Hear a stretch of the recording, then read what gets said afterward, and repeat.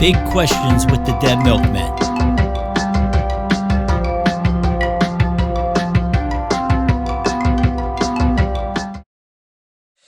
Hey everybody, welcome to this week's Big Questions with the Dead Milkmen. It's my turn this week, and I saw something online that I thought was pretty interesting. It was a statement that says, whether you're in someone's home, office, or business, determine which is the most inexplicable and unlikely object that you can see, and then ask, so what's the story with that?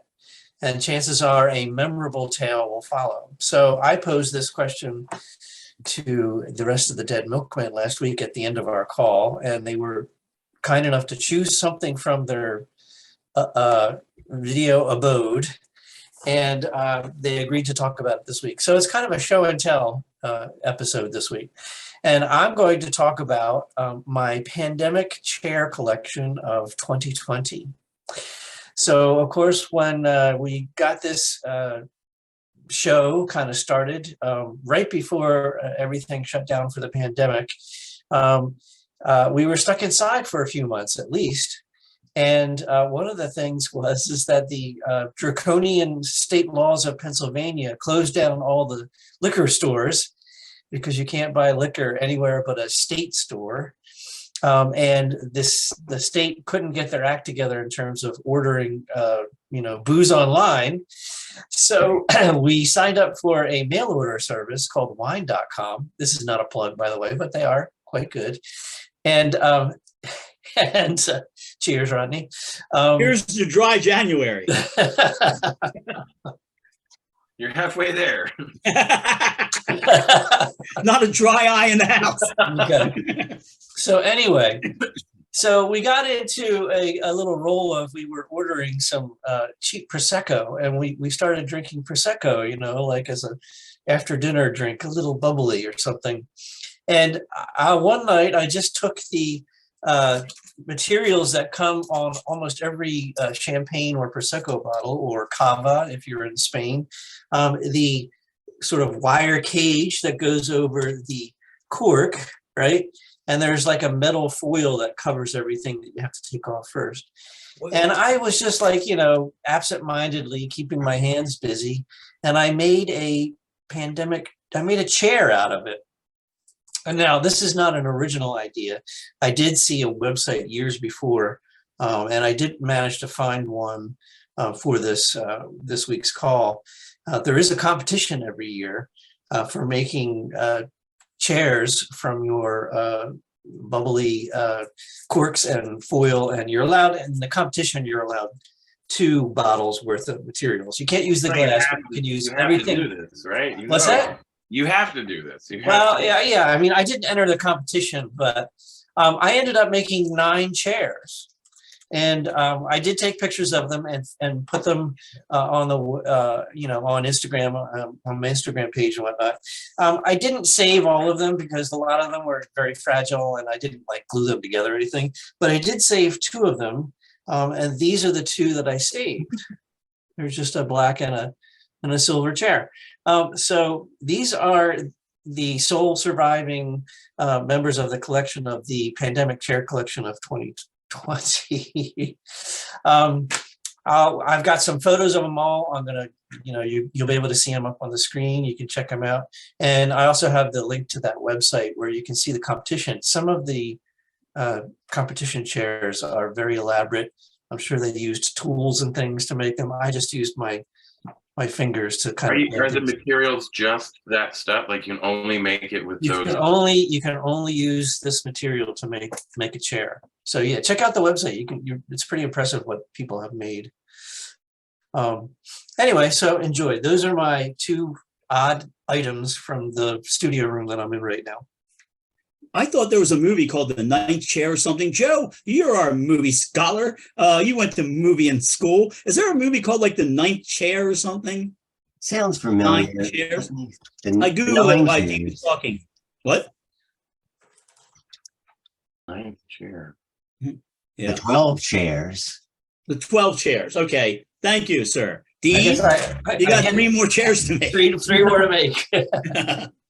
Thank you, Joe. And Mel Brooks directed it. Yeah, it's Mel Brooks. I think Ron, what's his face, is in it. The guy that was always on TV back in the day. Okay, so am I next? I am. Yes. Yeah, okay, so Dean said, look around you, and I immediately looked over to my left, and this wound up being one of the heavier items. So that's now to my right is, of course, Bernie Sanders, because I'm a commie pinko. So I looked over to my left, and there it was. So this is one of the heavier objects in my little home studio here. All right, folks, what you're going to do is you're going to ignore this MIDI splitter box up here, okay? And then you're also going to ignore this Ouija board. Going to open it up. Ignore these synthesizers that you see in here. This is not the important stuff. The important stuff is this black wooden thing here. When I was reworking my studio, I decided that I wanted to look like it was filled with cursed objects. And part of that reason was because you can see right behind me here is Anton's box. Anton's coffin. And Anton's coffin, there's some people who don't like to come in the studio because it weirds them out. And I just thought, well, let me play that up. So let me just make everything look like it's from a cursed object. And the backstory on this was going to be that this whole wooden thing was originally a small window in the Pennsylvania Hex House. The Hex House is where there was a murder. It's basically a powwow man thing. Here's the Hex House. And then the backstory, we're going to tell people when they came in, and they say, oh, that's interesting. And I say, oh, yeah, the window came from the Pennsylvania. It was part of a window in Pennsylvania Hex House. And, I got it from there when they were fixing the place up and all that. And then eventually I tell them the truth. So that was the fun idea behind it. That was before I knew about Post Malone. If you don't know this story, I know you guys are looking at me like I've got lobsters coming out my ears. By the way, it was just one more thing about the cursed objects is I was telling a friend of mine about this when I started it. We were having a couple beers, and he was like, "That's a great idea. You should charge people to make cursed instruments." So I actually have, you can sort of see it back there. There's a zone called the Curse Zone, and I'll put up a picture where if you send me enough money, I will put any instrument on there and turn it into a cursed object. So what happened is Post Malone got it into his head that he was cursed because he'd gone to Zach Bagans' Museum of the Supernatural or whatever in Las Vegas, and they have a thing there called a Dibbuk box that's supposed to hold demons. Right now, I'm going to recommend this. Go see, there's a comedian called Matteo Lane, and he does a whole thing about Zach Bagans and the whole, ghost adventure show. And he says, Zach Bagans comes on and goes, I'm Zach Bagans, and I'm a demonologist. And Matteo Lane's like, I can't imagine the embarrassment of having to tell your parents you're a demonologist. Because my parents, they felt embarrassed when he told them he was gay, which he is. And he goes, they got all embarrassed. And he says, I can't imagine if I said, Mom and Dad, I'm a demonologist. They'd have been like, oh, just suck a dick. At least those are real. So anyway, the Dibbuk box, by the way, the real one, which is very close to what I was doing here, some guy just bought it off of, I think, eBay, and it was like a wine cabinet. And he did what I did with this, but I didn't know about this. He painted it black. I like to paint stuff with this black lacquer stuff and make it look super scary. It fits the studio well. And so that's basically what he did, and managed to then sell it and resell it. I think Baggins paid like $100,000 for this thing. And so there is no ghost in it, but it's a nice little reminder to myself that I may not be as famous as Post Malone or have the kind of money that he has, but at least I'm not walking around thinking I'm cursed by something from Zach Baggins' music. His new album's apparently not very good, so I don't know if it's cursed, but Post, here's what you do. You make a crappy album, take all the vocals off of it and tell people it's jazz. So, so that's I guess we can call it my Dibbuk box, but this is, so last thing here. But if you see anybody, tell them that I have a window from the Pennsylvania Hex House, and I have a many cursed objects in my studio. Okay, I look to my left, and on my bulletin board, not pinned to it, but sort of sitting on it, and it's been there since 2022, the summer, is this object,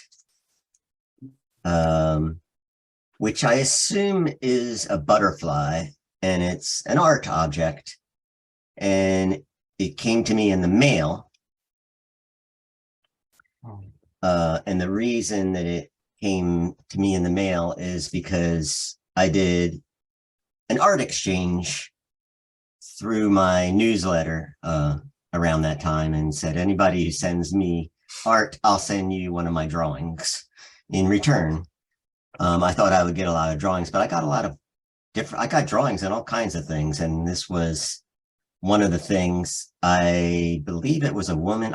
It's no longer in its envelope, and it's 2 years or 3 years ago. So I forgot exactly who it's from. I'm sorry. But Those safety pins? I think they're safety pins or maybe paper clips that are twisted. I'm not sure what the metal is from, and I don't know what this blue stuff is. That's cool. But after looking at it for a while, I realized I recognized the graphic on the object, butterfly or whatever it is cut out from Radiohead's In Rainbows artwork. And I don't know where I'm assuming it's a she, but you never know, where they got this paper from. Is it the album cover? It's not as thick as normal album covers are, but it may be a CD cover that she took apart. Maybe this came in a CD case, or maybe it's just promotional material, but it's definitely the In Rainbows. Is that a thing that you can like? Not the only unstable thing in that room. Right. Is that a thing like, those? I guess they're maple. We call them helicopters or whatever. Is that a thing where you can like turn in the air? Maple tree seeds. Yeah. Does that spin around like in the air like that? It like if you spin throw it around up in the air, will it like? And maybe it was meant to be hung like a mobile. Just give it a little. I get to do a trick called the helicopter. You gotta give it some. Anyway, that's the story behind this thing. I got all kinds of things. Joe, is it cursed? If it is, I haven't felt any. Would you like it to be cursed? Because I can put it back in the zone and curse it, and you can sell it to Zach Baggins. Sell it to Zach Baggins for like $100,000. Okay, it may. Maybe the person watches the show and that person can comment if they recognize. Do you recognize this? Or really, anybody could just say that they did that. Zach Baggins. I'm done. I dropped it. Oh, where's he going? He dropped Oh, it. he dropped it. It's cursed. Inexplicable. It's cursed. Yeah, don't. If you make an uninteresting video with Doja Cat, then you're cursed. I'm not letting up on Post Malone tonight. I thought he was dead. I don't know. You're thinking of pre-Malone. You're thinking of what came before him. I have my finger on the dead pulse of today's culture. So I looked over and I didn't see anything weird except something that isn't necessarily what it appears to be. It's a tackle box. See, that's funny. No, it's Bill Gannon's lunchbox. It's a tackle box, but it's called an art bin. Yeah. I don't use it for either of those purposes. It is my adapter and Oh, I thought those were roach clips at first. Cables. Oh yeah. I have one just like I have a similar thing where I put my. I keep mine these little closey sealed things. Yeah. Yep. Oh yeah. Oh, I have some of those. yeah, there's still a lot. I'm not allowed to have matches. So what's interesting about this is probably a lot of these things are defunct. A lot of these connections, adapters and stuff. Oh, look at this. Ooh. Hey, autograph. He just runs around signing his name on everything. And a knife. Well, they're printed up that have to have a way. knife with everything for some reason. Somebody. And then there's what is this? A slide. A slide. It says test. Test. Oh, cool. So I got this when I was in high school and I had an art class and I used it. And then I realized I barely used any of the art stuff in it. And I considered using it as a tackle box because it's the same idea. But when I started putting stickers on it, so there's a lot of these are pretty old. There's a low budget sticker. The Goons. Pat Goon just passed away recently. I hear. Beast Infection. That was Steve's old band. A little budget. DePinto. I don't actually have a DePinto guitar, but I like the sticker. This ties in with my recommendation, but that's a spoiler alert. And then Philly Shreds. Oh, Dean, you gave us these. Oh yeah. Yeah. And then another part where I'm not going to trust, but I added stickers to it. So yeah, periodically I have to go through it and get rid of stuff. See, what's funny is I don't know if it's a personality type or a dysfunction or disorder, but I have a story for literally everything, and I've been called out on it before. Like, you have stories for everything, and it's a little much sometimes. So this was an interesting one, and it's funny that I picked that. I also found as like another thing is this old suitcase that also has a bunch of stickers for a lot of these bands don't even exist anymore. But I brought this with every tour of the low budgets, I think, and the handle doesn't work. I think Steve threw it out the van or something. But it just has a bunch of clothes in it. So I don't know. Is that inexplicable? I guess it was the only thing I saw that I could be like, oh, that is something other than what it looks like. Do you still have that slide handy? What slide? The slide. Remember Oh, yeah. It's a test. All right, dig that out for a second. I just want to do something. Okay, move in towards the camera and put the slide up in front of your face. Okay, no, there we go. Yeah, now move it up. There we go. Okay, it says, see, now he's Post Malone. He's got writing on his head. I've got facial tattoos. He's cursed. You remember these? What is that? Yeah, exactly. I still have those. I still have those. Yeah. They still get used. Yeah, I use them. Yeah. Oh, look at this. What is this? Like a 512 megabyte SD card or something? Oh, that's like a. Oh yeah. Yeah, it's not the mini cards. It's the regular. Yeah, hang on to that. And here's a plug. And hypothetically, if we were to ever play, I don't know, Laurel Hill again, this was the AV company we used. Oh yeah, they're still around. I believe so. It's pretty much a call sometime, maybe. Yeah, I mean, just to check in. They got divorced, so they're Ms. now. They're back to using their name. It was musician rental services at first, and then he stopped renting out instruments. And I was like, why don't you change the name? He's like, so many people know the name. And I'm like, people say Mrs., right? And he's like, I know, but it's MRS. And I'm like, it sticks in your head.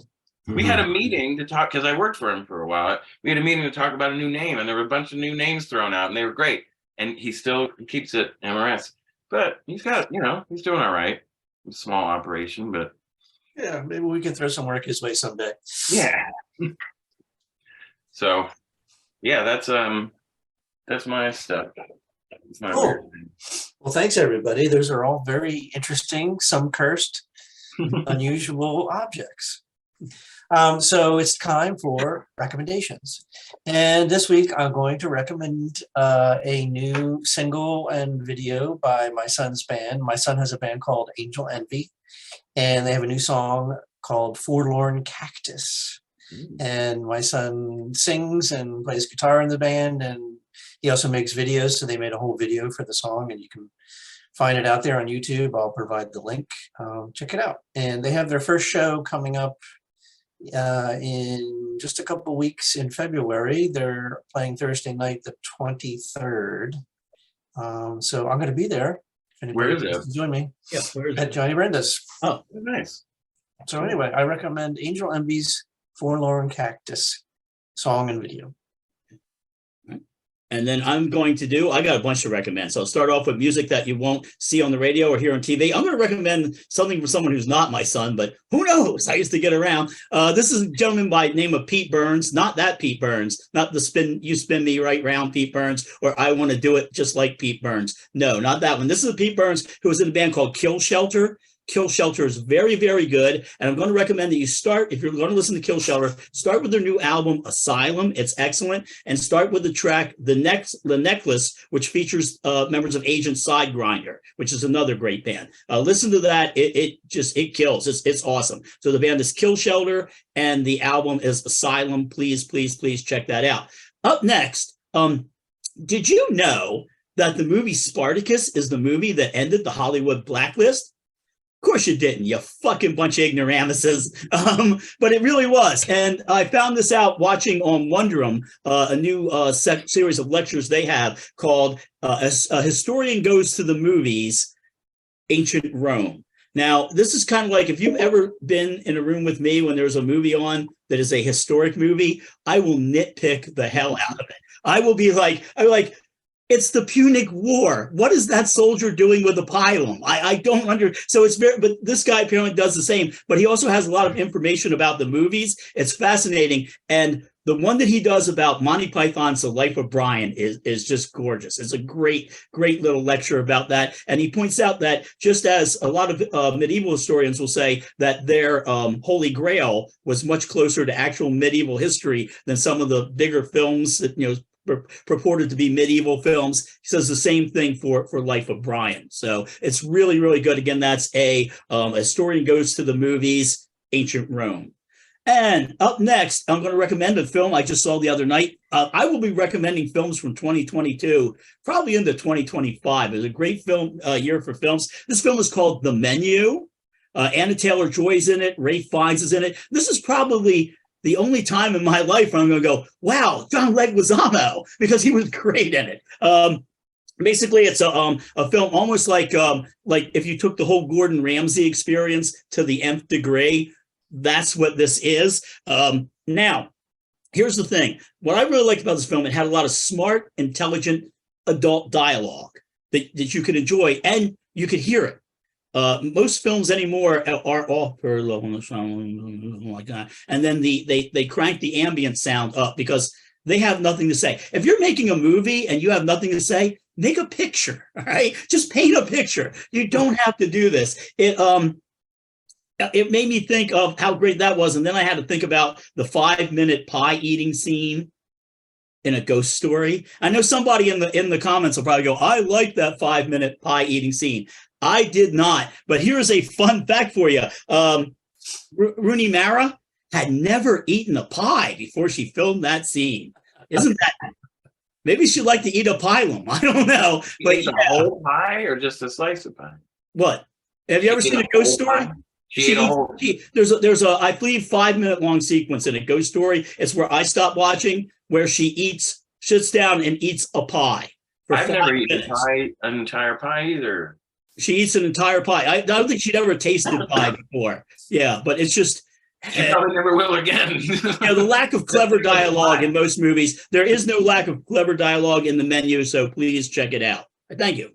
I recently was reminded that the original ending of Doctor Strangelove was going to be like a big pie fight in the big world. Pie fight. Yeah, they actually shot it too. Yeah, but it turns out that Rooney Mara's grandfather was supposed to be in that, and he'd never really seen a pie. Right. They screened that after Stanley Kubrick died. They had to wait. I think they waited till after he died to show. I don't think it's ever been. Yeah. Yeah. So, sorry. Joe. I also have music, an album to recommend that came out last week at the end of the week. And it has a tie-in to my art object. It's called In Rainbow Roads, and it's by On Forward. It's a cover of the In Rainbow album, Radiohead's In Rainbow album, but it's done solely with sounds from Nintendo 64 and mostly sounds from Mario 64. And no vocals, so it's instrumental, and you can get it on Bandcamp or hear it on YouTube. There will be links. Cool. Oh, I bet there will. I hate Radiohead, but I bet I'd like that album. Well, this is actually one of my favorite albums in Rainbows, but I think this is an excellent version of it. It's different too. That's cool. The Mario Brothers music is the best. All of them. It's so good. John Leguizamo was in the Super Mario Brothers movie. Oh, we don't talk about that. No, but it So took was him Bob from that. Hoskins. It took him from that till now, till Look, 2022, John to Leguizamo redeem himself. and Bob Hoskins. What is happening here? And Dennis Hopper was Bowser. I didn't even see the movie. I didn't even watch it. The kids started watching it and they were like, "This is absolute cringe. It's awful." I would like to recommend a CD, well, an album by the great Gambino. Some of you folks may recognize him or think that he looks eerily similar to MC Breath. There must be a connection there. This is not anything like the MC Breath music, other than in spirit, maybe. There's songs like "It's Okay to Like James Taylor," or "I Met Yahoo Serious in a Bar in Branson, Missouri." And I believe he performs everything himself, which is impressive because there's drums and bass and guitar. He's one of the most prolific people I know. He's got an album out all the time. And honestly, I haven't talked to him in a while. I deactivated Facebook. That was the way that we talked. And this just came in the mail. And what's funny is the sticker, and it came since last Thursday. So I was like, hey, I'm going to add the sticker and then I'll recommend that album. And it's good. It's funny. It's well put together. He harmonizes with himself. Yeah, so check it out. I think there's a Bandcamp link. And he puts it all out himself too. It's good. I'm spending less time on my mental health so I can spend more time on Facebook.